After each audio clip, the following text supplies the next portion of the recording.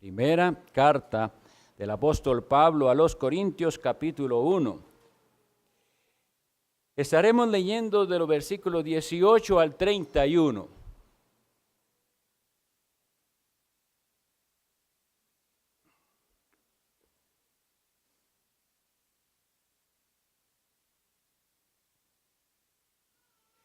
Porque la palabra de la cruz es locura a los que se pierden, pero a los que se salvan, esto es a nosotros, es poder de Dios.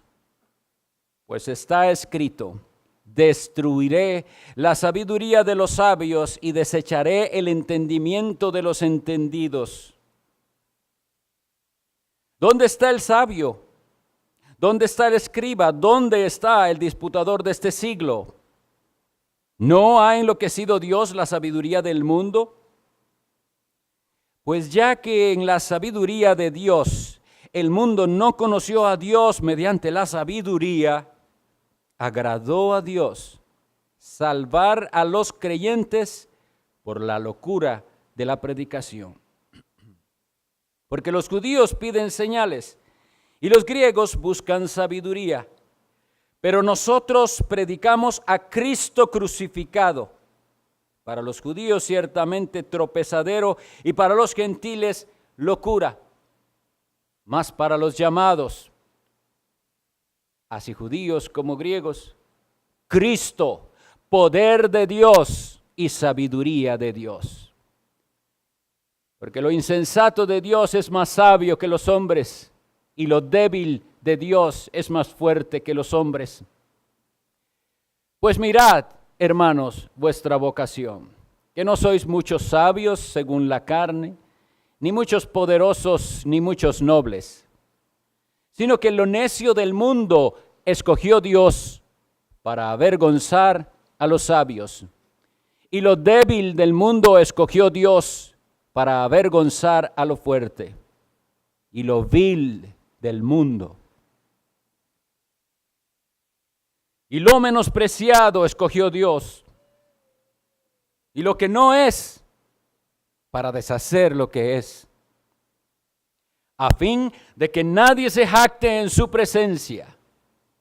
Mas por él estáis vosotros en Cristo Jesús, el cual nos ha sido hecho por Dios sabiduría, justificación, santificación y redención, para que, como está escrito, el que se gloría, gloríese en el Señor. Quiere el Señor añadir bendición a esta lectura y darnos luz para entender. Solo vamos a enfocarnos en los versículos iniciales, después continuaremos exponiendo el texto.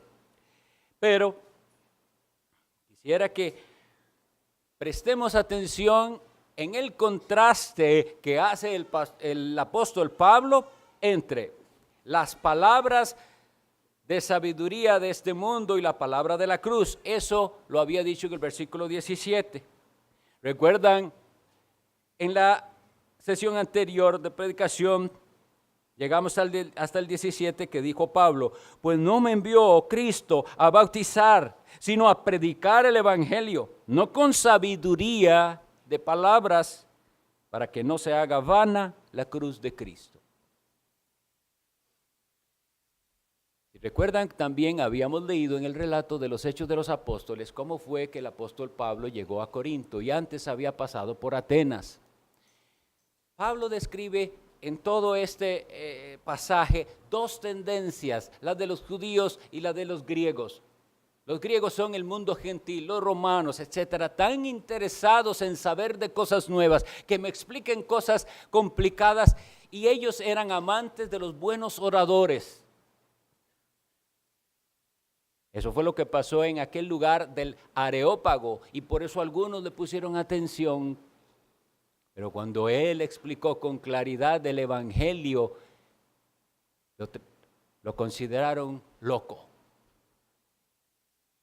Siempre esta tensión va a haber entre personas que quieren ese tipo de conocimiento especial, que les atrae mucho la oratoria, el Y otros que son más prácticos, como los judíos. Yo quiero ver, yo quiero saber de algo, pero muéstremelo. Las personas caemos en alguno de esos dos campos, pero sean judíos o sean griegos, hasta que venga el Espíritu Santo y aplique este maravilloso poder de Dios, no vamos a comprender la maravilla de la palabra de la cruz y seguirá siendo para nosotros una locura. Es posible que la elocuencia haya sido uno de los elementos que causó división, de las divisiones que habíamos hablado en la iglesia de Corinto. Es posible, porque habíamos hablado de diferentes líderes. Ninguno de esos líderes estaba predicando un evangelio variado, diferente, solamente que había personas prefiriendo el estilo de este y el estilo del otro, y eso lo estaban llevando a ser algo pecaminoso. Entonces en esta el apóstol Pablo continúa enfatizando y diciendo, y este es el versículo de nuestra meditación: porque la palabra de la cruz es locura a los que se pierden, pero a los que se salvan, esto es a nosotros, es poder de Dios. Hoy vamos a hablar de la cruz. Primero prestemos atención al símbolo de la cruz y a su significado. La cruz es un antiguo instrumento de tortura y sin embargo en nuestros tiempos es simplemente un adorno. Me comentaba un hermano que viendo un documental en Japón, ustedes saben que Japón es allá lejos en el oriente, que ellos son en su mayoría completamente ignorantes del cristianismo. Allá ellos tienen otras, el taoísmo y otras, budismo, etcétera, religiones orientales, y que muchos jóvenes llevan ahora cruz, guindando ahí en su, como la llevan, como adorno. Y hicieron una entrevista y le preguntaban a los jóvenes que veían que llevaban la cruz, ¿usted sabe lo que eso significa? Y los jóvenes decían, no, pero se me ve bien. Eso era lo importante. Y era la ignorancia, que ellos no sabían, no saben de dónde viene eso. Y estamos hablando de gente que vive lejos, ignorante de Cristo, del Evangelio, e ignorante de la historia también. Pero entre los que se llaman cristianos, parece no haber gran diferencia y la gente ignora lo que este símbolo representa. Tenemos la triste situación de la superstición católica romana con el símbolo como tal, a llevarlo a la adoración de la cruz, habiendo un día para la adoración de la Santa Cruz. Qué fácil que es desviarse. Recuerdan que hablamos también, no sé si fue en escuela dominical o en predicación, pero hicimos una referencia a la catedral de París, le llaman Notre Dame, y a las reliquias. Y una de las reliquias también de esa iglesia era un pedazo de la cruz de Cristo que supuestamente guardan ahí. Qué fácil que se desvía el hombre con las supersticiones por lo que no importa. ¿Creen que ustedes que el apóstol Pablo está hablando de la cruz física, de un pedazo de madera? La cruz vale en cuanto a su significado. Un recordatorio constante debe ser para nosotros la cruz del sufrimiento de nuestro Señor Jesucristo.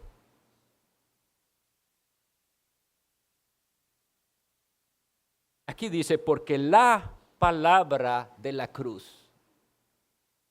Hay asociada a la cruz un mensaje. Y esto es el evangelio por excelencia, un mensaje, algo que se anuncia y se proclama, no necesariamente como algunos lo piensan, algo que se hace. Qué fácil también es desviarse por ahí y la gente dice, no hay que hablar, hay que mostrar el evangelio con sus acciones.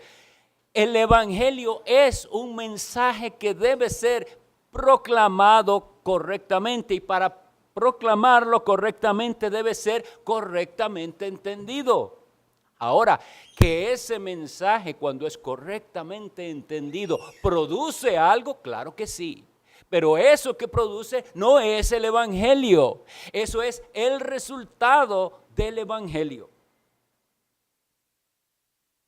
Quisiera nada más leer brevemente algunas descripciones del evangelio del sufrimiento de Jesucristo, porque estamos diciendo que la cruz, su símbolo es el sufrimiento del Señor Jesucristo. En el Evangelio de Marcos, capítulo 14, el versículo 65 dice lo siguiente. Ustedes saben que Marcos es un evangelio corto de 16 capítulos, pero la gran parte de este evangelio se dedica a la descripción de la pasión y crucifixión del Señor Jesucristo. Marcos 14, 65 nos dice lo siguiente.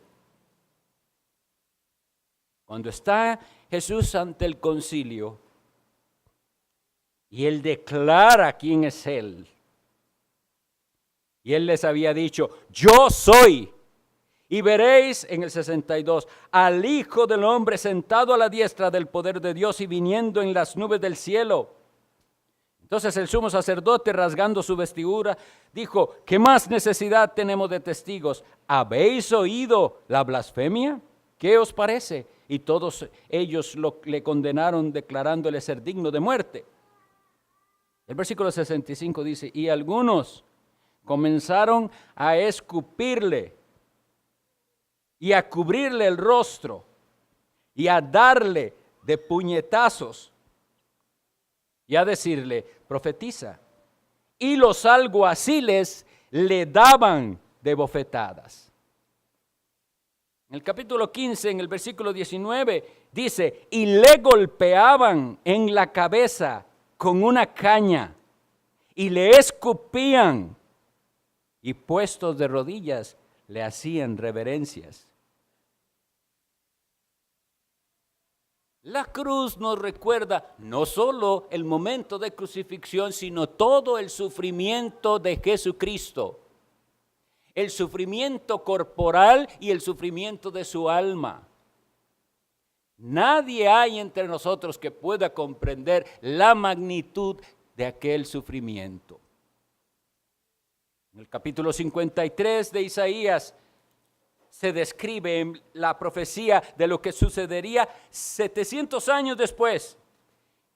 En el capítulo 53, versículo 4 dice, ciertamente Él llevó nuestras enfermedades y sufrió nuestros dolores, y nosotros le tuvimos por azotado, por herido de Dios y abatido, mas Él herido fue por nuestras rebeliones, molido por nuestros pecados. El castigo de nuestra paz fue sobre Él, y por su llaga fuimos nosotros curados.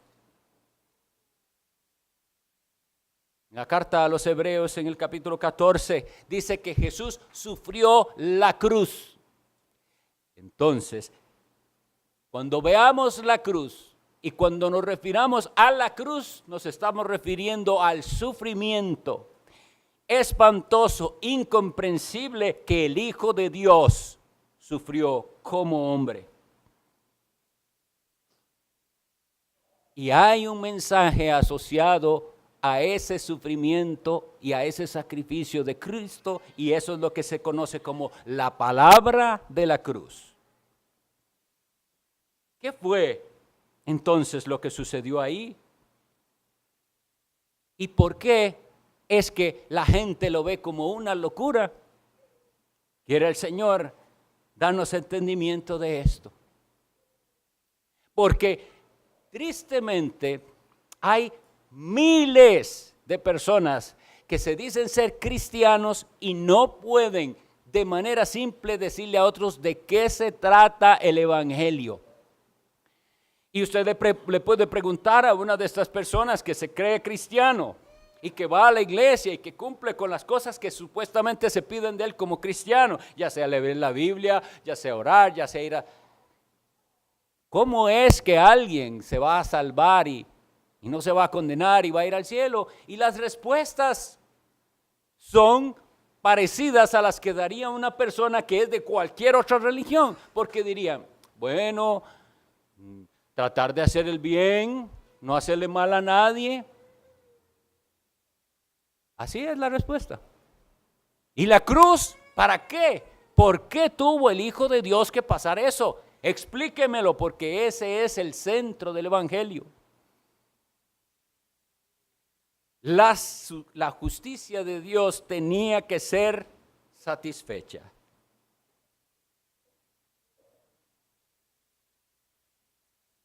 Hay por lo menos 2 citas, hay más citas, pero voy a leer por lo menos 2 citas que nos ayudarán a comprender esto. En el libro de los Números, capítulo 14, en el versículo 18, dice así: Jehová, o sea, Dios verdadero, tardo para la ira y grande en misericordia, que perdona la iniquidad y la rebelión, aunque de ningún modo tendrá por inocente al culpable. De ningún modo tendrá por inocente al culpable. Y otra cita que lo aclara muchísimo más, tal vez en el lenguaje, es Nahum 1:3.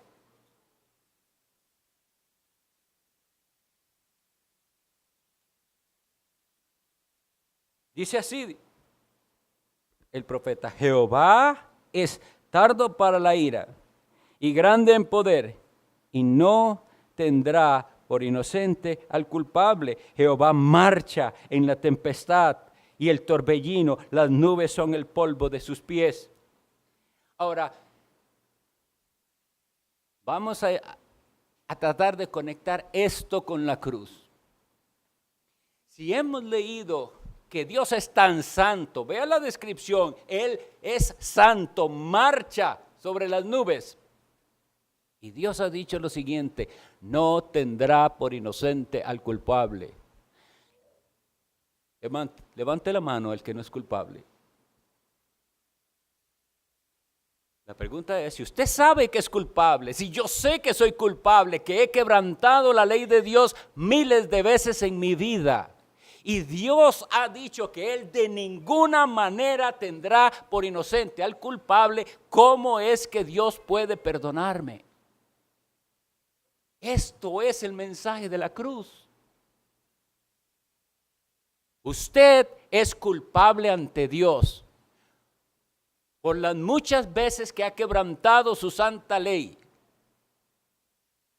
Y lo que usted merece según Dios es la condenación. Usted debe pagar porque tiene una deuda con Dios.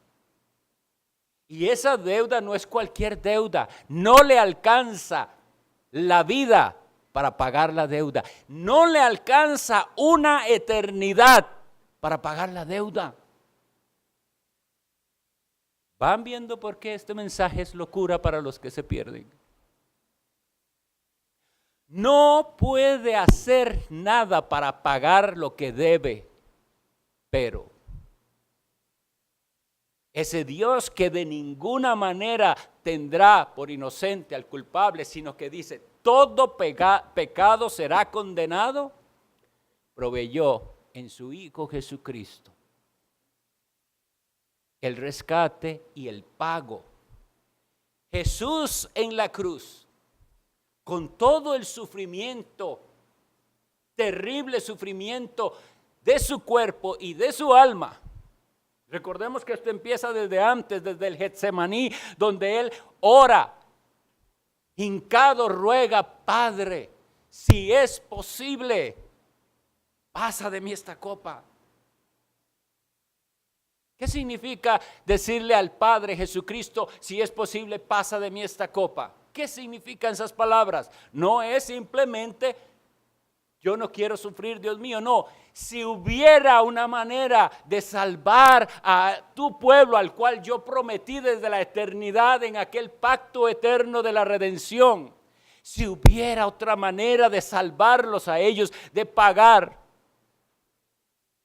Y la respuesta, todos la sabemos, porque Cristo fue crucificado. Él dijo, no mi voluntad, sino la tuya. No había otra manera. Él tenía que sufrir en sí mismo el infierno de la ira de Dios.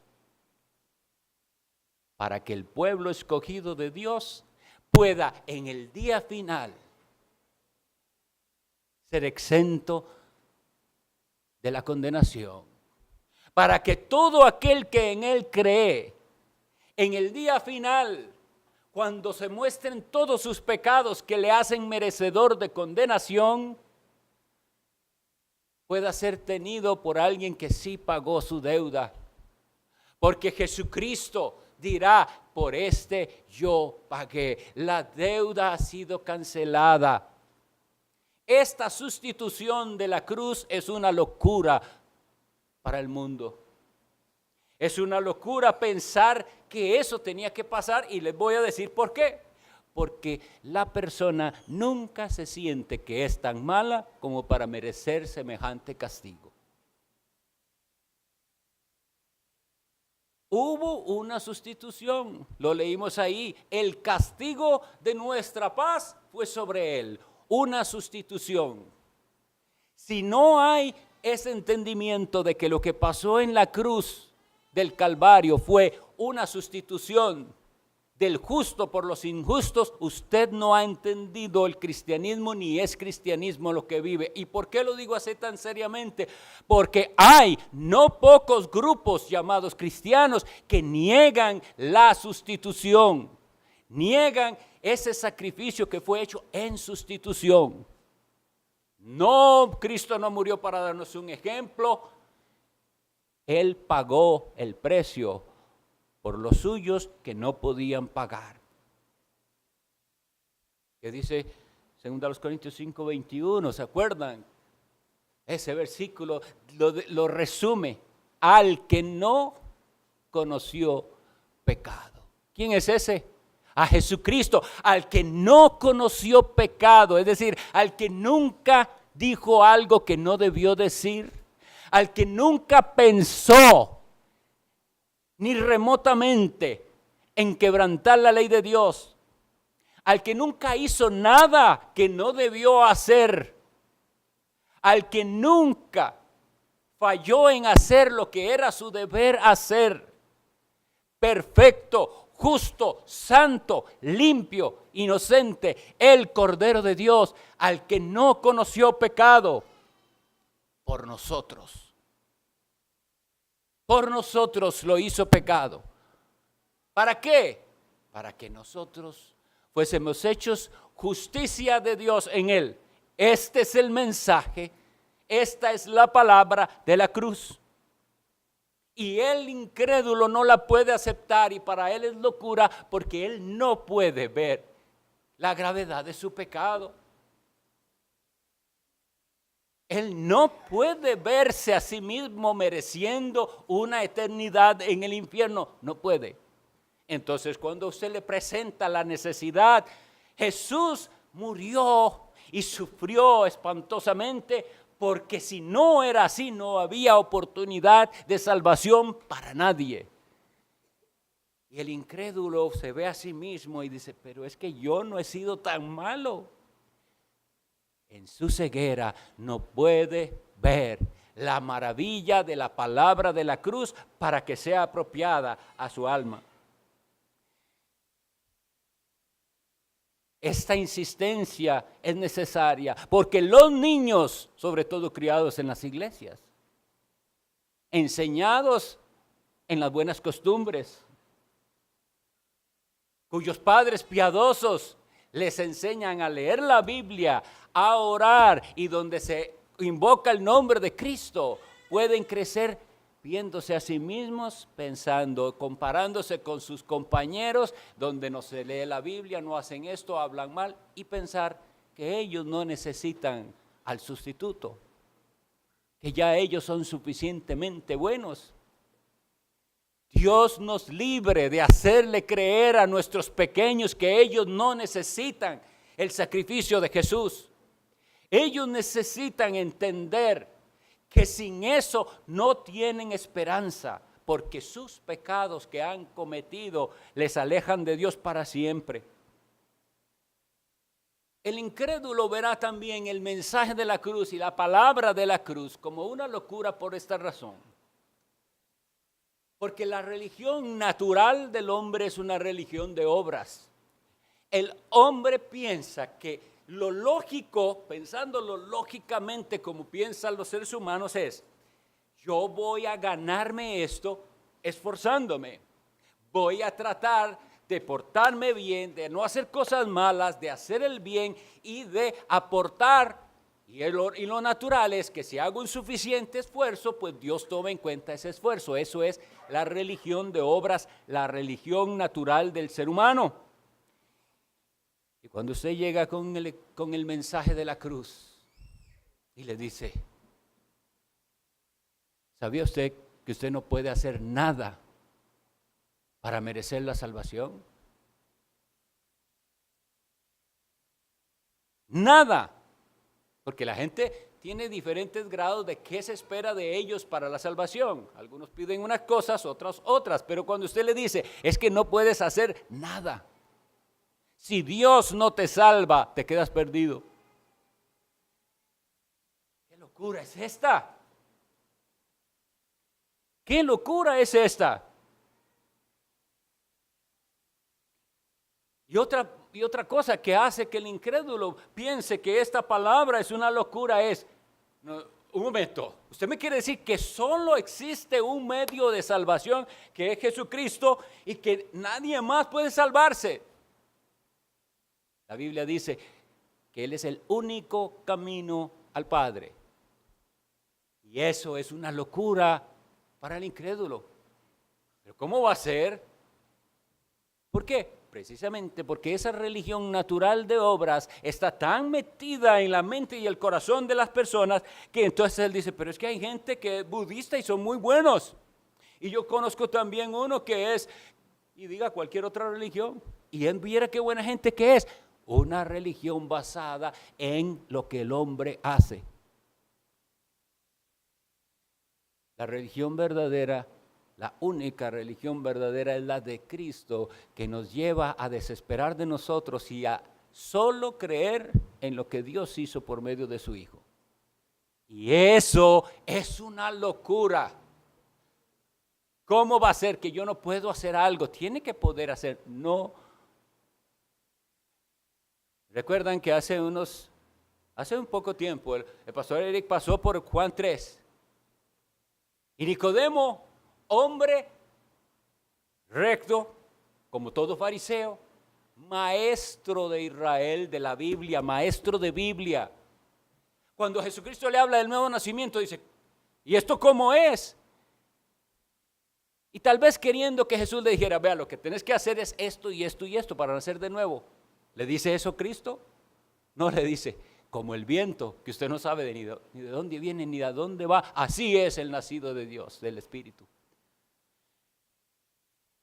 No hay nada que yo pueda hacer. Es una locura. Y quisiera tomar un tiempo para esa frase que dice: ¿para quiénes es una locura? Para los que se pierden.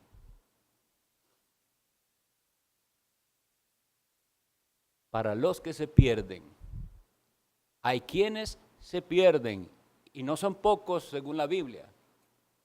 Jesucristo lo explicó de esta manera: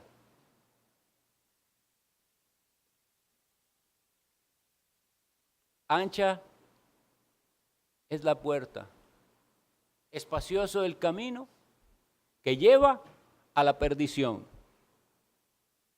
¿Qué más dijo? Y muchos están ahí. Estrecha es la puerta y angosto el camino que lleva a la vida, y pocos son los que la hallan. Mis estimados, estamos hablando de algo muy serio. Pocos son los que hallan la puerta y caminan por ese camino angosto. Porque para la gran mayoría este mensaje de una sola puerta y un solo camino estrecho es una locura. Y esa frase, los que se pierden, la manera en que en original pudiera también decirse es para los que se están perdiendo. Desde ahora se están perdiendo. Desde ahora usted, si no tiene a Cristo, ya se está perdiendo. No es que se perderá, aunque claro que se perderá en la condenación del infierno, pero desde ahora. ¿Cómo así? Jesucristo dijo, esta es la condenación, y la describe, que la luz vino al mundo, y los hombres amaron más las tinieblas que la luz. ¿Pueden ver por qué para el incrédulo todo esto es algo locura? Esa palabra locura esto no tiene sentido para él. No le hallo lógica a esto. Eso es lo que quiere decir.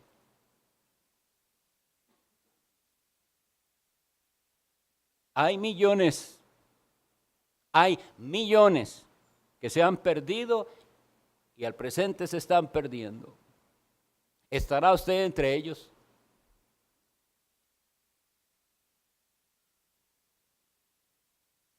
Porque hay entre esos que se pierden quienes ya saben y tienen un sentido de la condenación que merecen y se saben bajo condenación. Y se comparan con la Biblia y saben que hay un Dios santo y que ellos viven en pecado y saben, si hoy yo me muriera, yo sé que voy para el infierno. Si Jesucristo viniera, yo sé que Él no me va a llamar con Él. Hay quienes lo saben. ¿Cómo es posible? Pero es así. Han escuchado el mensaje de Dios cientos de veces y no se han rendido a Jesucristo, no se han arrepentido de sus pecados, siguen en su camino y son conscientes. Porque de alguna manera se han engañado de que tal vez después. ¿Y qué decir de otro grupo? Y esto es fuerte, porque no saben que están bajo condenación. Y están confiando y teniendo una falsa seguridad. Pero se están perdiendo como se pierden y como se perderán los más incrédulos. Una de las cosas que más preocupa a los predicadores del Evangelio, en las iglesias sobre todo, es que no estamos tratando con ateos. Aquí no hay ateos. Alguien que niegue específicamente a Dios, no hay aquí. Sabemos que los ateos están lejos de la iglesia, rechazan la revelación general de Dios. Están viendo la mano de Dios y la rechazan. Ya sabemos qué esperanza hay ahí. Si no es por la gracia de Dios que los llamen, no creen. Pero aquí en la iglesia no le estamos hablando a ateos. Estamos hablando a gente que profesa creer en Dios y que aún así pueden estarse perdiendo o estar en ese camino ancho que lleva a la perdición.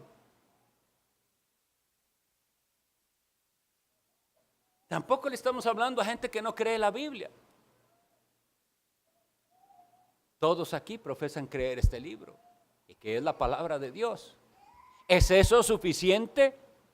No es suficiente creer en Dios.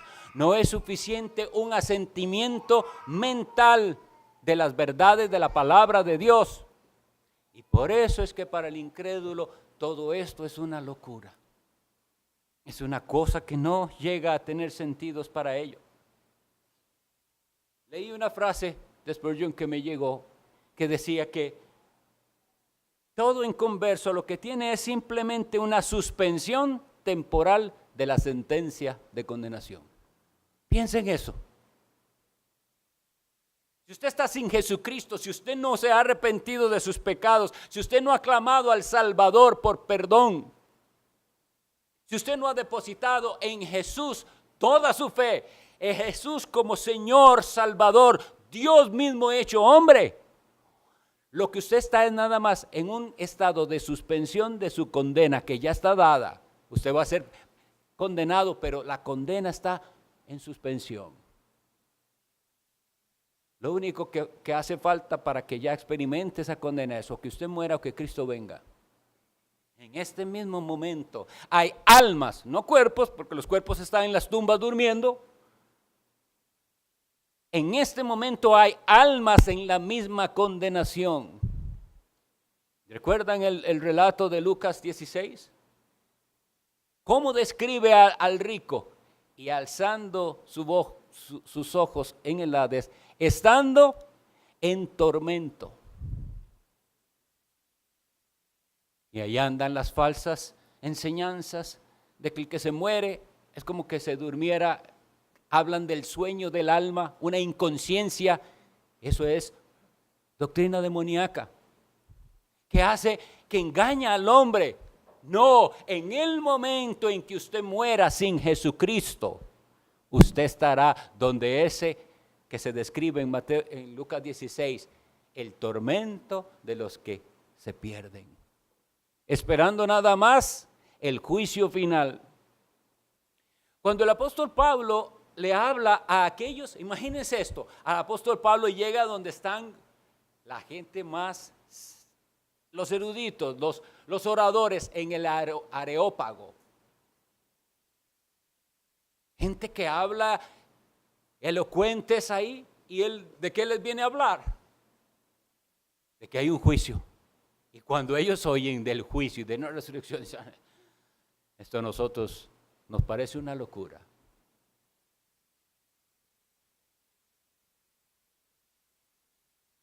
La palabra de la cruz es locura a los que se pierden. Gloria a Dios, que Dios no dejó a todo el mundo irse por el sendero ancho que lleva a la perdición. Eso es parte de su misericordia. Porque aquí dice, pero a los que se salvan, bendito Dios, hay quienes se salvan. El mundo piensa al revés. El mundo piensa como que si se va a ir al infierno deben ser unos cuantos muy demasiado malos. Pero aquí no vemos eso. La gran mayoría sigue por su camino y los dejó Dios ir por donde ellos querían ir. Nadie en el infierno tendrá una excusa de yo quise el cielo pero Dios no me dejó entrar. No es así. Usted siguió su camino y Dios lo dejó hacer lo que usted quería hacer, que era pecar. Pero a algunos Dios en su misericordia los salvó. Ay, ¿quiénes se salvan? Bendito Dios. ¿Quiénes son esos? Dice, esto es a nosotros. Y ahora vamos a ver lo que para nosotros es la palabra de la cruz. Para nosotros es poder de Dios.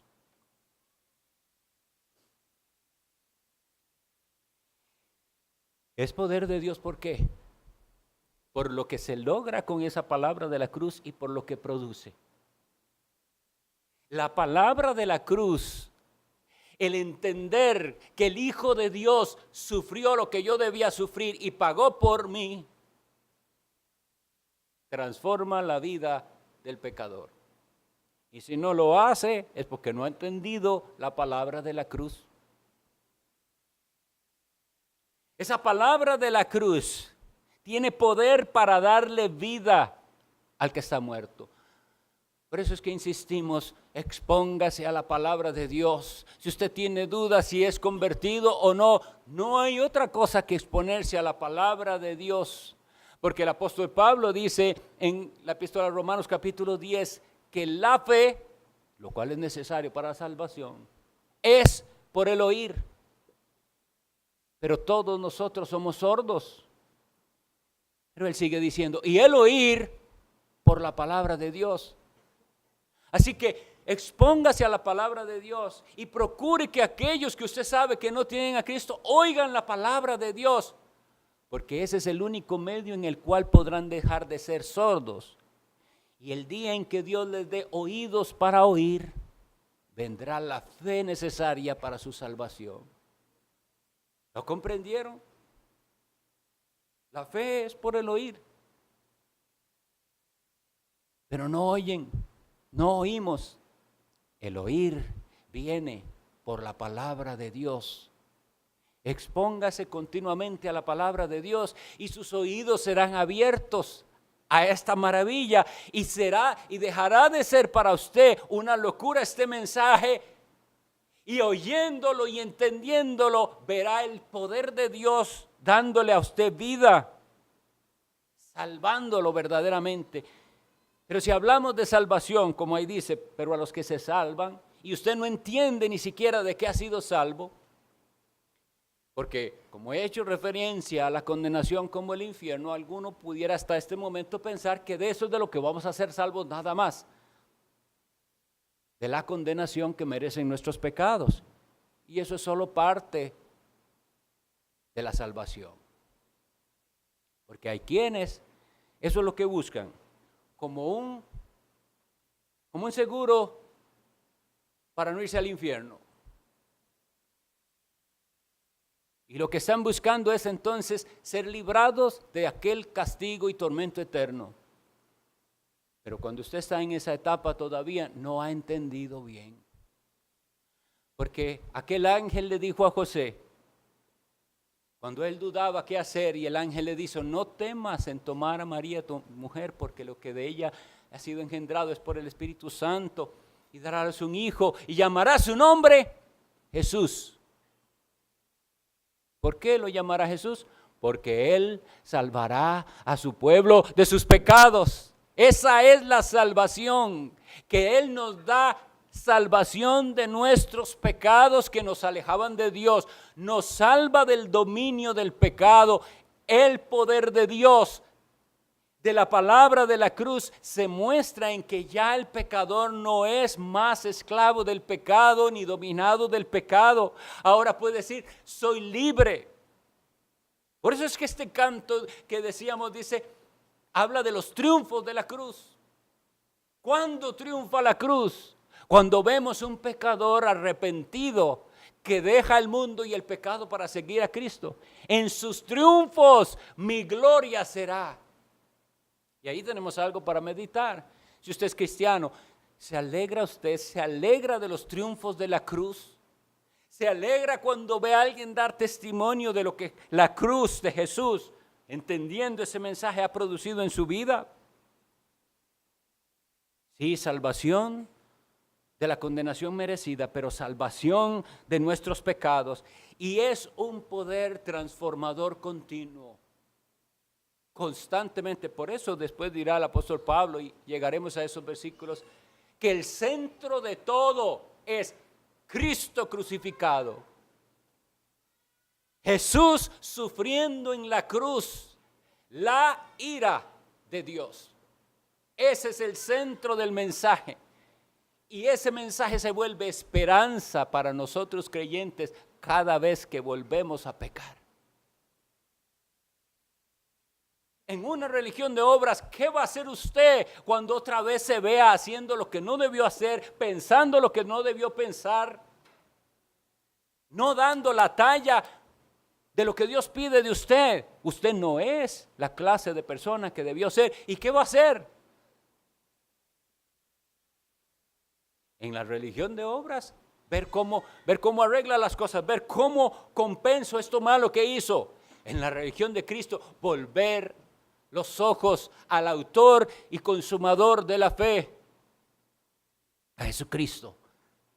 Verlo por la fe en la cruz, derramando su sangre por mis pecados. Y si usted es un cristiano y no lo hace así, por eso es que su vida espiritual es así, porque usted dice haber visto a la cruz para perdón, pero cuando se ve necesitado, vuelve a ver a sí mismo y voy a esforzarme. No, mire a la cruz de Jesús, porque de ahí es de donde surge todo lo que usted necesita. Es un poder transformador. Quisiera repetir esto. Si usted es cristiano, usted necesariamente tiene que poder decirle a otro cómo ser salvo. Y no puede decirle como las religiones, trate de ser bueno, no haga esto, ni siquiera nada más lea la Biblia. No, usted necesita al Salvador, al Hijo de Dios.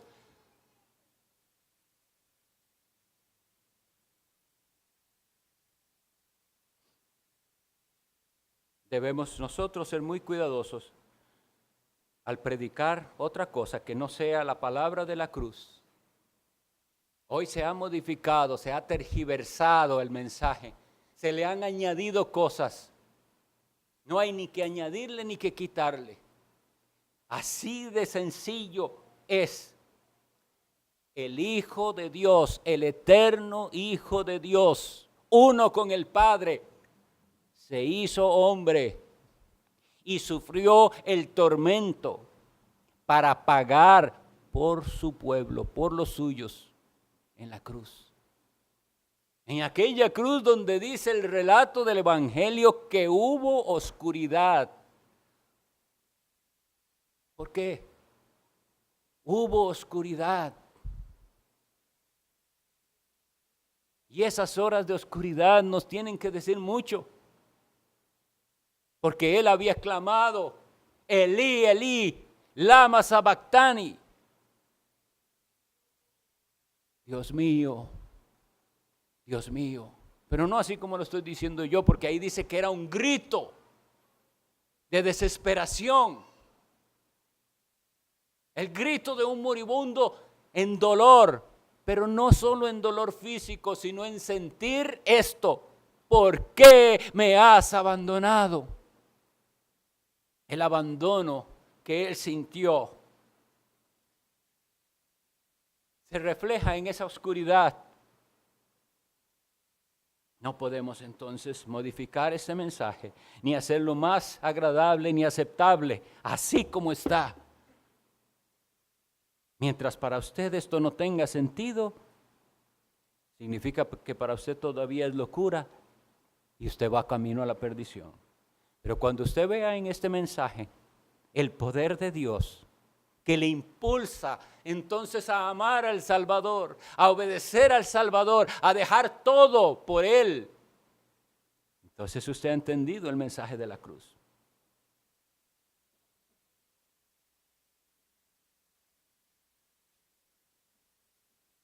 En Apocalipsis 21:8 se describe a los que se pierden. Quisiera que nos vayamos pensando en esto, porque si usted no se ve entre estos que se pierden, primero, no puede ser salvo.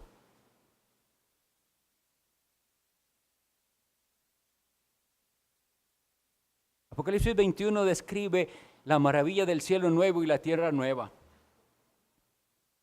Y sin embargo, en el versículo 8 dice, pero los cobardes e incrédulos, los abominables y homicidas, los fornicarios y hechiceros, los idólatras y todos los mentirosos tendrán su parte en el lago que arde con fuego y azufre, esta que es la muerte segunda. Si usted nunca se ha sentido merecedor de la muerte segunda, todavía usted no ha pasado de muerte a vida. Muy brevemente voy. Los cobardes.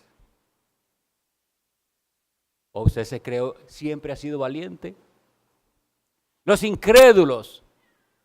¿Ha sido usted siempre fiel? ¿Su fe nunca ha fallado? Los abominables. Aquellos pecados que son abominación al Señor, inmoralidades sexuales, etcétera, muchos otros. Homicidas.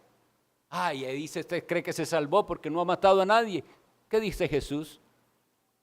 Que si usted aborrece en su corazón, guarda enojo contra alguien, usted es un homicida y estará fuera y merece la muerte segunda. Fornicarios, toda clase de inmoralidad sexual, hechiceros, toda clase de supersticiones, idólatras. Usted nunca ha sido idólatra. ¿Tiene un concepto correcto de lo que es la idolatría? Solamente piense cuántas veces ha puesto a algo antes que a Dios. ¿Cuántas veces ha puesto una excusa? Todas las veces que usted puso a algo o a alguien o a usted mismo antes que a Dios, ha idolatrado. Y todos los mentirosos. Ser mentiroso no es mentir mucho. Eso es ser muy mentiroso. Pero con solo que haya dicho una mentira, usted merece el lago de fuego que es la muerte segunda. Y esta palabra es una locura para los que se pierden, pero para los que se salvan es poder de Dios, porque le hizo el Espíritu Santo verse a sí mismo merecedor de esta condenación, le hizo ver lo cobarde que usted es, lo incrédulo que usted es, lo abominable ante Dios, lo homicida en su corazón, lleno de odio, de rencores, lo fornicario que es, lo inmoral en su corazón, en sus pensamientos o en la realidad, lo supersticioso y hechicero, lo idólatra y lo mentiroso. El Espíritu Santo le hizo ver todo eso y le hizo ver algo más. Le hizo ver la cruz, no una cruz física.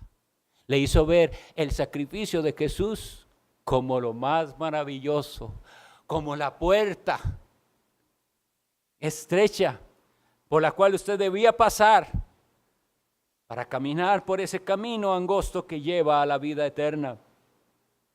Y vuelvo a repetir, si usted no ha podido identificarse como uno de los que merecen la segunda muerte, es porque no ha experimentado el poder transformador de la palabra de la cruz. Y los que experimentan ese poder transformador de la palabra de la cruz, esta palabra de la cruz, este evangelio bendito, lo va a seguir ocupando todos los días de su vida y nunca se cansará de escucharlo. Y sabe aún más que la Escritura dice que por la eternidad cantaremos la historia de la salvación. El Cordero que fue inmolado, que es digno de nuestra adoración, recibirá. Entonces, verá el fruto, como dice Isaías, de la aflicción de su alma y quedará satisfecho.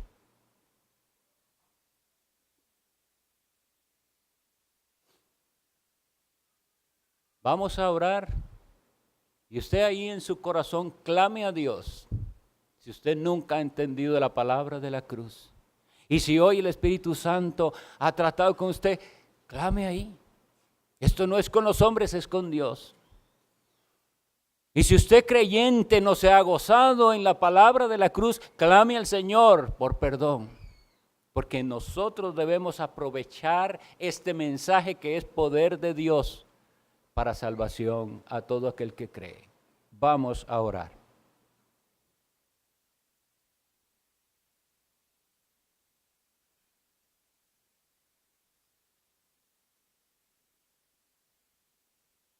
Dios bendito, hemos suplicado tu bendición. Confiamos en tu mucha misericordia.